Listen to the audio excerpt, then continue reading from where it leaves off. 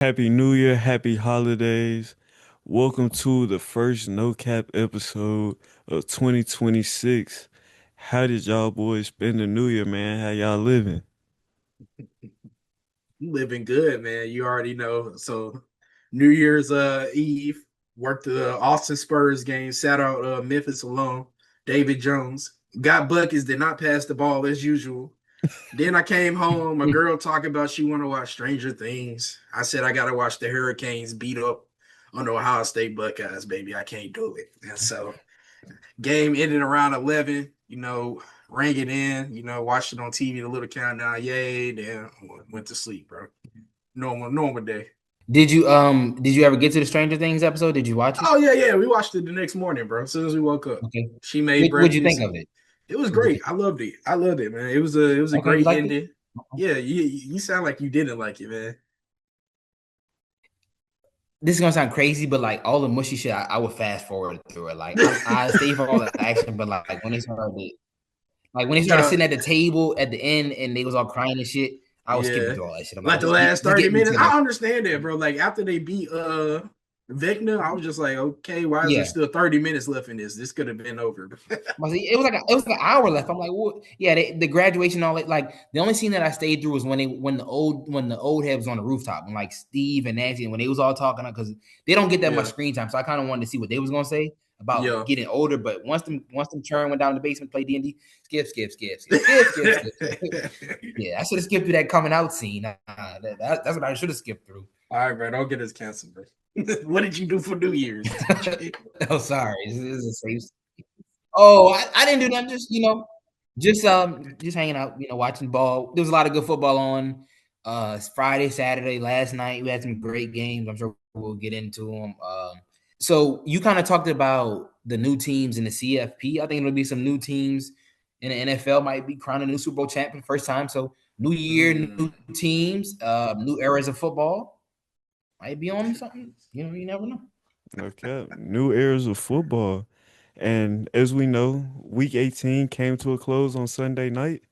And Black Monday didn't even wait till Monday to claim his first victim with Raheem Morris, of course, a black man, being fired on Sunday, the first firing of this NFL offseason. So with Raheem Morris being fired, TJ, I know you mentioned earlier, before the call that this was the first year, and I don't know how long, that the 10 years. Falcons swept the Saints. 10 years. Seeing a fellow division head coach gone, how did that make you feel, man? Did y'all know Raheem Morris has coached in one capacity or another for the Falcons for 10 years? Did y'all know that? 10 years. So he has been. So, okay, I read it out to you. 2015, assistant head coach. 2016, assistant head coach. 2017, assistant head coach. 2018, assistant head coach. Wide receivers coach. Defensive backs coach. 2020, defensive coordinator. 2020, interim head coach. 20, and then 2024, he was rehired. So that's 8 or 9 different positions that he's held with it. So he's basically been a Falcon for however long. So they canned him through all these stops when they were off. He managed to keep a job, but they had a better record than the Saints. They swept the Saints. They just beat the Saints. Um, I don't want to speak for their fan base because obviously they think differently, but a big part of that job is you got to beat the Saints. I know other teams have other divisions, and there are certain like in the AFC East, you got to beat Buffalo, right? There's teams you got to beat. You can't let Mm. division teams keep stomping you out. Like that means something to y'all, right? Like you'll be damned if you let the Jets get a win, bro. Like, come on now. It might not be to that difficult, that degree. Sorry, Josh, we love you, but you got to beat the Falcons. Have to be the Saints, and they successfully did that. I think they did it once last year. Now that's not the only merits of that job, but I just don't see a team who has not represented any serious type of football, no offense, in any capacity for the better part of the 2020s or in the last 15 years. Now, they have been good here and there, but that is not a team. When you talk about, serious organizations and building and the model of consistency, that is one of the last teams that you talk about. For them to be canning him after, did Arthur Smith get more than 2 years? No, I think Did Arthur he get Smith three or got four two too. years? Maybe. I'm Mhm. not sure. Yep. Positive. Let's see. Okay. I don't think he was any good as a head coach either, but like the proof is in the pudding. We can't keep firing head coaches, then looking up to the sky like, damn, why can't we get past 8-9, 7-9, 7-10? Like that's a 7-10 ass team. Like again, no, I don't give a fuck about offending them. That's a 7-10 ass team. As a 7-9, 7-10 ass team. I was gonna say, bro, you just said the Falcons were 7-10 as team. Going back to Arthur Smith, he coached the Falcons for 3 years. All 3 of those years, the Falcons went 7-10. Okay, so he got 3 years. Where they just won 8 games. So he won more games in his second season. The number was higher than Arthur Smith ever got. And really, the Falcons could have won more if they beat the Jets. They're in the playoffs. They win the Yeah, division. They beat the Jets there and they win the division.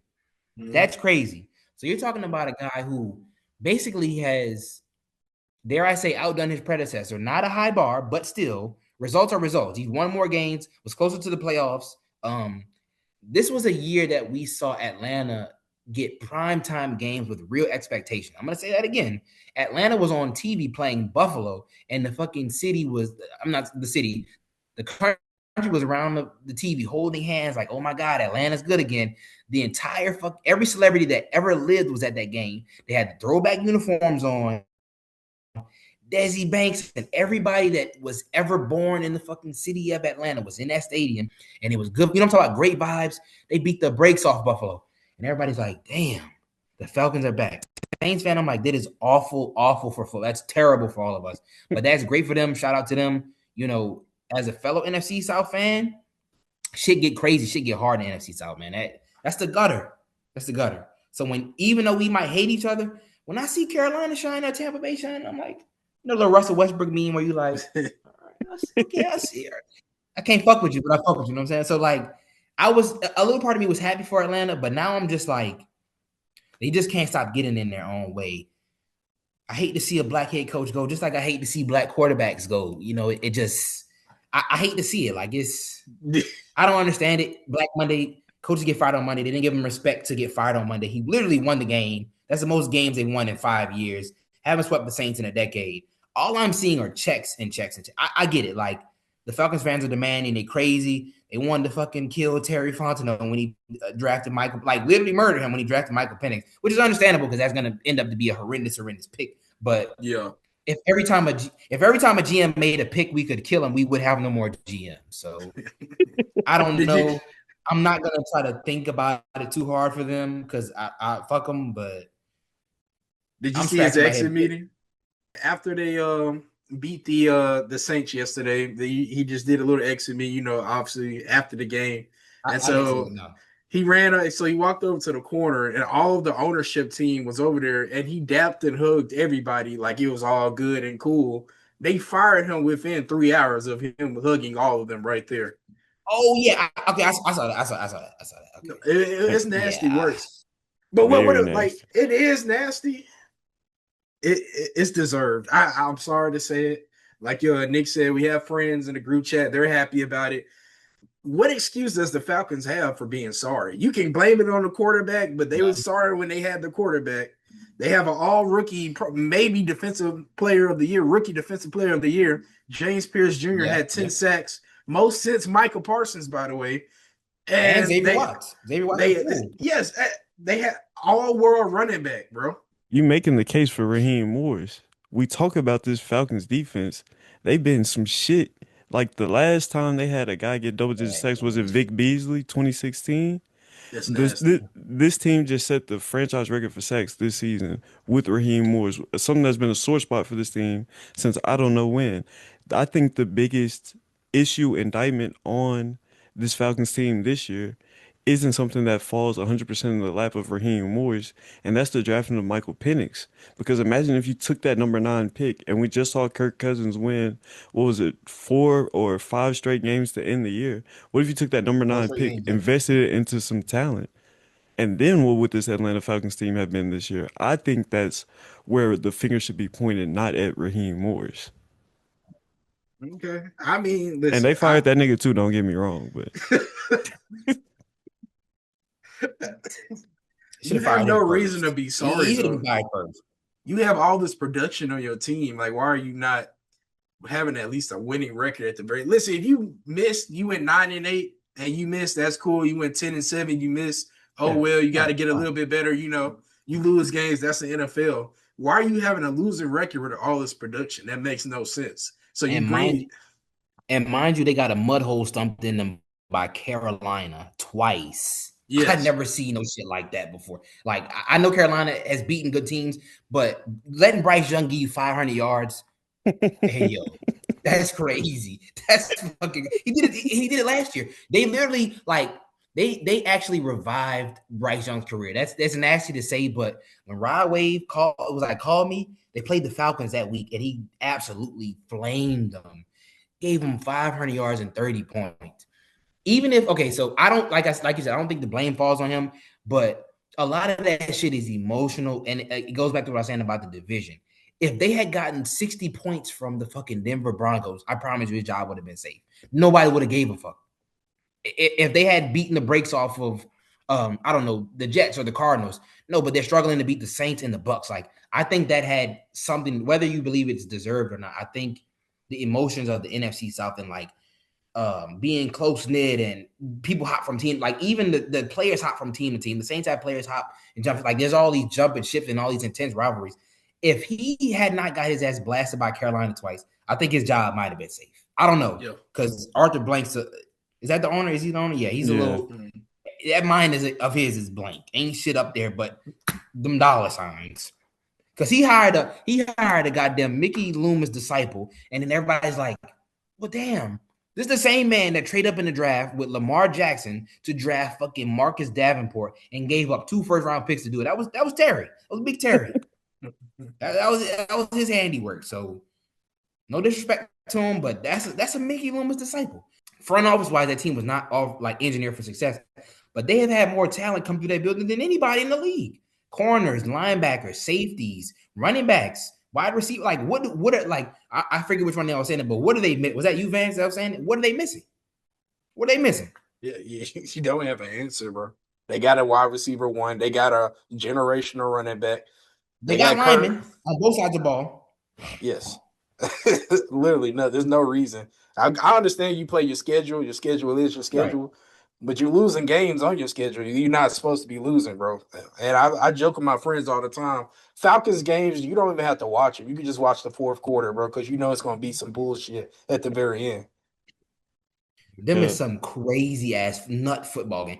When I'm talking about however we might feel about our team and you don't know what to expect, like whenever the Falcons game is the only game on, like if the Saints playing at 3 or they on bye, some of the craziest fucking football, like them bitches got 30 points from Tua, bro. The Dolphins were on life support and they came in a Mercedes Benz and beat the coins out of them, bro. Tua looked like a fucking MVP. I'm like, are they serious? Come on, Bro, bro. but I ain't gonna lie though, bro. We just spent way too much time talking about Raheem Morris and the sad ass Falcons. So continuing continuing to talk about Black Monday, let's talk about another team, another franchise that has, I think, somewhat disappointed, especially in the context of this year. You look at a guy who sets the season record in sacks in Myles Garrett with 23 sacks this year, and his team only win 5 games, results in Kevin Stefanski getting canned. And TJ, I'm gonna start this one off with you again because me and you talked about it a little bit earlier Yeah. in the group. Yeah. What do you think is the biggest indictment on Kevin Stefanski and the biggest reason for his canning today? Okay. So I look at it, I think you brought up some interesting points, but I look at it like, let's talk about the business side, right? When all these terrible things happen, whether it be front office, coaches, players, there's this unspoken thing that's understanding that the NFL is a business, right? To me, the biggest indictment on him was his lack or his inability to play ball. So even if there was a world, which is the world we live in, where he did not want Shador and for some reason wanted Dylan Gabriel, mind blowing, I know, but that's the world we live in. His inability to understand that the fans had grown to love him and the team had grown to love him. His inability to be like, for lack of better words, he didn't want to kiss ass, which I understand from a pride standpoint, but the NFL sometimes comes down to how bad do you want your job and how bad do you want someone else to have it. Thanks. I just felt like when it came down to Shadur's our guy now, some of the things he was saying, none of it seemed malicious, but it all seemed like indifference. Like, oh, well, when they ask about Shador, well, we do this with all our guys. When they ask about Dylan Gabriel, well, he just seemed out of it. He didn't seem invested. I don't think in a vacuum, no, I don't think he deserved to be fired by the Browns organization because they cannot afford to have a coach who has seen the level that he has seen and let him go. But at the same time, they can't afford to allow him to, if they feel like he was squashing any type of, hope, any type of upbringing that they had. Like, I have never seen a team that is so bad have so much fun than when Shador is balling. When Shador is balling, defense, offense, but they running on the field, they throwing snowballs. That Tennessee game, they were having the time of their fucking life. You think they want to do that with Dylan Gabriel? Mm-mm. Fuck no. So I don't think you look at it like he's an awful coach, like, because Zach Taylor and Aaron Glenn this moment have a job. Do we think either of them deserve to have their job? I ain't gonna lie. I thought Zach Taylor wasn't even gonna make it to week 18. And he's about to get another year. So I don't think they're more deserving of a job than Kevin Stefanski, but I feel like he dug himself a hole with slightly mediocre performance, which is understood. Like you said, chicken shit, chicken salad. The Browns have been terrible forever. Like, the degree of difficulty is notwithstanding for Kevin Stefanski. We understand that he had to basically take that team from the graveyard. He won Coach of the Year twice, 2 playoff seasons, 2 11-win seasons. Hats off to him. But I think his stagnation and, we have had no hope at the quarterback position. They love Shador. We're going to run with him for as long as we can. He just seemed indifferent, and I think he left them no choice but to say, they want you gone. The incident with the wristband and the incident with the 2-point conversion, he did himself no favors. I don't think any of it was malicious. I really don't. But you can't have the spectacle of, we need to fire the head coach for another year, if that makes sense. Because they've been trying to fire him since, week 9, week 10? You can't, Yeah. a poverty organization cannot afford another season of we need to fire the head coach, because then they'll just start to take a toll on the locker room, players, front office. I think he left them no choice. But in a vacuum, I don't think he was deserved to be fired by the Browns, at least. Yeah. No, I do think he deserved to be fired, but literally, you said coaches just depend on how much you want to be there. And he showed that he just did not like Shador no matter what he did. Shador could have went out there and threw 6 touchdowns his debut. One game he did.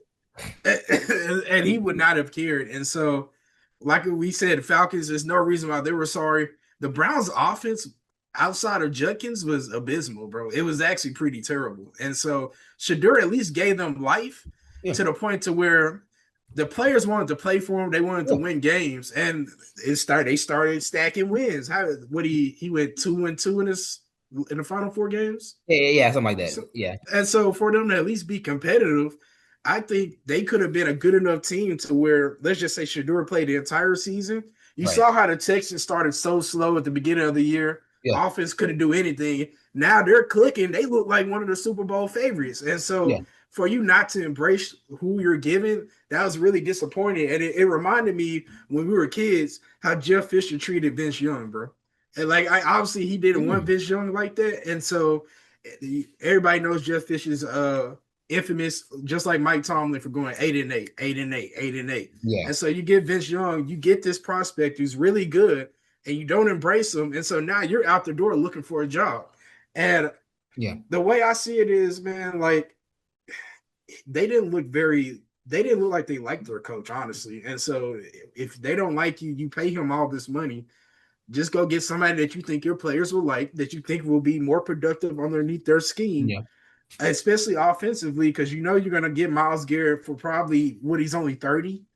Defensive lineman, when you're really good, you're just now hitting your prime, as we see. So he probably still has another 5 years of dominance. I'm not going to say he's going to get 20 plus sacks, but he can get you 10 plus for the next 5 easily in his sleep. And so when you have these pieces, you're paying them all the money, and you think you can be good enough to where all you got to do is draft a receiver or 2, or pick up somebody in free agency. Hello, George Pickens. But either way it goes, I feel as if the Browns, they have a chance. And you see the AFC North, the rest of the teams, y'all mentioned Zach Taylor, the Bengals, they suck. The Ravens didn't have a great season. Lamar might not be a Raven next year the way it's looking. Joe Burrow might not be a Bengal next year the way it's looking. Aaron Rodgers, he might just decide he doesn't want to play football if he wins the Super Bowl next season. So it's going to be wide open. Make the check if he wins the Super Bowl. And believe it or not, the Steelers have a good team. He hasn't had DK is coming back, but we'll get to that. We will. But either way it goes, it's very wide open next year. So why not start fresh in a wide open AFC North in 2026? I ain't gonna lie. I think you make a very good point there, Vance, especially with the state of the division. And TJ, I know I told you earlier, I'm a Stefanski. I like what he Right. was Okay. able to do despite the situation he was put in. And so, Vance, I want to kick it back to you. Obviously, your Titans have an opening at their head coach, and Stefanski is one of the names that have been kicked around as somebody who can be a program builder despite how we feel about his treatment of Shadur Sanders. How do you feel about Stefanski and potentially some of these other and potentially some of these other coaches on the market right now for the availability in Tennessee? Oh man, listen, whoever we get, I just want like a 3 year 4 year promise, bro. Of like obviously we don't have the talent. And listen, Nick, you could have went out there and been wide receiver one for the Titans this past Sunday. That's like the talent is so bad to where whoever we have as a coach, you can't expect him to come in and us win 10, 11, have a winning season at that. Where we won 4 games this season and two of them were against like really trash teams when you think about the Raiders. But either way it goes, I would say I think I will be satisfied with whoever we get just because I know we're not going to be good next year. We do have 100 mil in cap space. How we spend that might change my mindset. But Nashville might not necessarily be, oh, I want to go play for the Titans. Most people, if they come to play for the Titans, they're coming to Tennessee to get paid. They're not coming to win a championship because we never won it. So with that being said, whoever we get, I just hope he gets a fair shot. And so, but in terms of who I want for the Titans to get, I've seen Matt Nagy. He has ties to Tennessee in terms of he's won a championship in Kansas City with the GM that's at Tennessee right now. But I'm thinking offensive minded guy. Cam Ward is going to get it done no matter what, but let it make it easier for him so he doesn't have to exert his body. We saw in week 18 he had an AC sprain, so now he's going to have to miss some time of and spend it on rehab instead of going out throwing footballs. We're going to see the clips of him and Shador this summer having fun, whoop de doo. But I'm gonna say Matt Nagy for right now, but Okay. another name that I do like, and I think if he would do really good damage with Cam Ward, I'm gonna say Mike McCarthy. I don't even know if he's on that list, but that's a guy that I do like. Okay. Okay. And so, I mean, I guess there are a few other coaches that got fired. I don't know if niggas want to talk about Pete Carroll. I don't really give a fuck, but I mean, Yeah, we can we I can hope hit he on gets him a real G. quick. Yeah, I hope he gets like a GM role. I don't think he should be coaching, but you know what they say about old folks when they stop working, they die, bro. I don't want to see that happen to Pete Carroll. So just go ahead and get a GM spot somewhere. He could be the GM at USC. Hey, that's what I was I gonna think say. he College he could. football, you Yeah, man, he can help revive them. We seen what happened with Miami. Why not? Why not USC, man?